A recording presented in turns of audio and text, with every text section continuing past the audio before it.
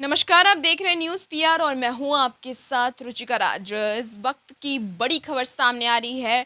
पूर्व राज्य केंद्रीय मंत्री नागमणि ने एक बड़ा बयान नीतीश कुमार पर दे दिया है। दरअसल उन्होंने कहा है कि 2015 में अगर नीतीश कुमार मुख्यमंत्री बनते हैं तो मैं आत्महत्या कर लूंगा। और क्या कुछ कह रहे हैं नागमणि, पहले आप उनके पूरे बयान को सुनिए। के नाम पर अवार्ड दिया है और ये पहली बार सो कॉल्ड हिंदू लीडर को दिया गया है। तो ये देश में पहली बार मुझे ये सम्मान मिला है। इसलिए सबसे पहले तो मैं उलेमा बोर्ड के सभी बड़े नेताओं को और पूरे देश के विभिन्न कस्बों में काम करने वाले लोगों का शुक्रिया अदा करता हूँ कि मेरे ऐसे व्यक्ति को ये अवार्ड दिया गया है। और मैं बिल्कुल ज़रूर कहना चाहता हूँ कि मुसलमानों के साथ आज़ादी के बाद से ही मुसलमानों के साथ अन्याय होते रहा है और ख़ास करके सेकुलर पार्टियाँ मुसलमानों को बेवकूफ़ बना करके वोट लेने का काम किया।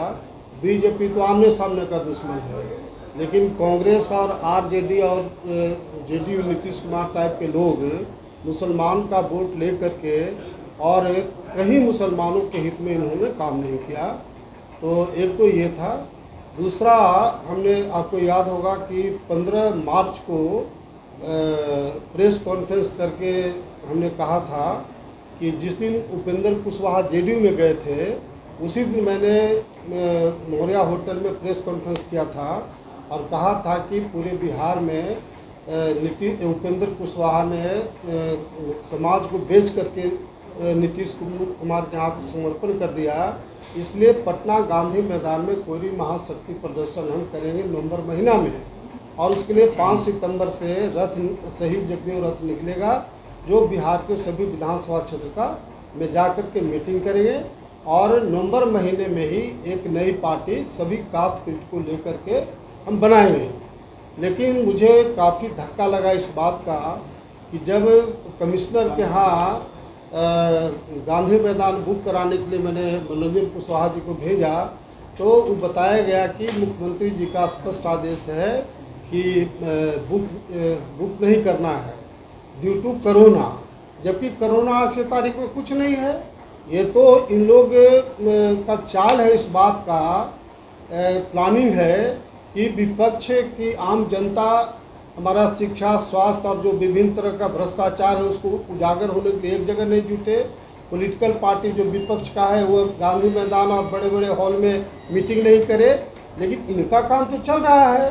ये सत्ताधारी दल के लोग तो बिहार घूम रहे हैं। और कल तो दिस इज टू मच कि जब ललन सिंह जो राष्ट्रीय अध्यक्ष बने हैं कम से कम 10-15 हज़ार जेडीयू के लोग आ करके और इन उछल के नारा लगा रहे थे।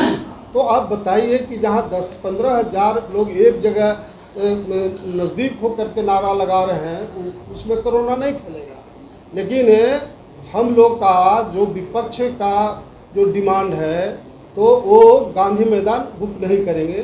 तो हम अंतिम रूप से अल्टीमेटम नीतीश सरकार को देना चाहते हैं कि अगर गांधी मैदान नहीं देगा तो इसका परिणाम बहुत खराब होगा। और मैं अमर शहीद जगदेव प्रसाद के खून से पैदा लिया हूँ, मैं उस खून की कसम कह रहा हूँ कि मैं इस तरह से मेहनत करूँगा, सभी जाति संप्रदाय को एक करूँगा।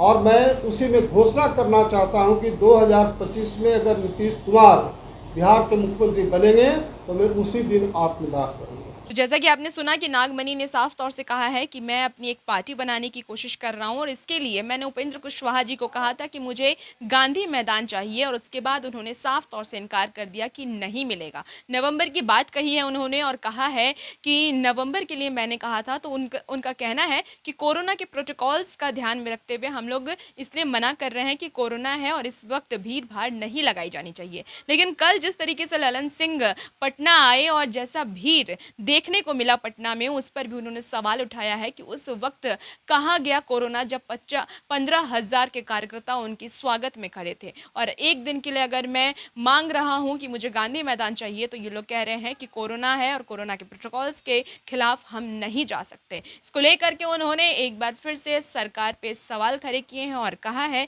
कि मैं एक जातियों का समूह बना करके एक पार्टी बनाना चाहता हूं, इसी के लिए मैंने सरकार से एक अनुमति मांगी थी जिसे नकार दिया गया। और उन्होंने एक और बड़ी बात जो एक टिप्पणी कर दी है वो ये कि अगर नीतीश कुमार 2025 में फिर से मुख्यमंत्री बनते हैं तो मैं आत्महत्या कर लूंगा।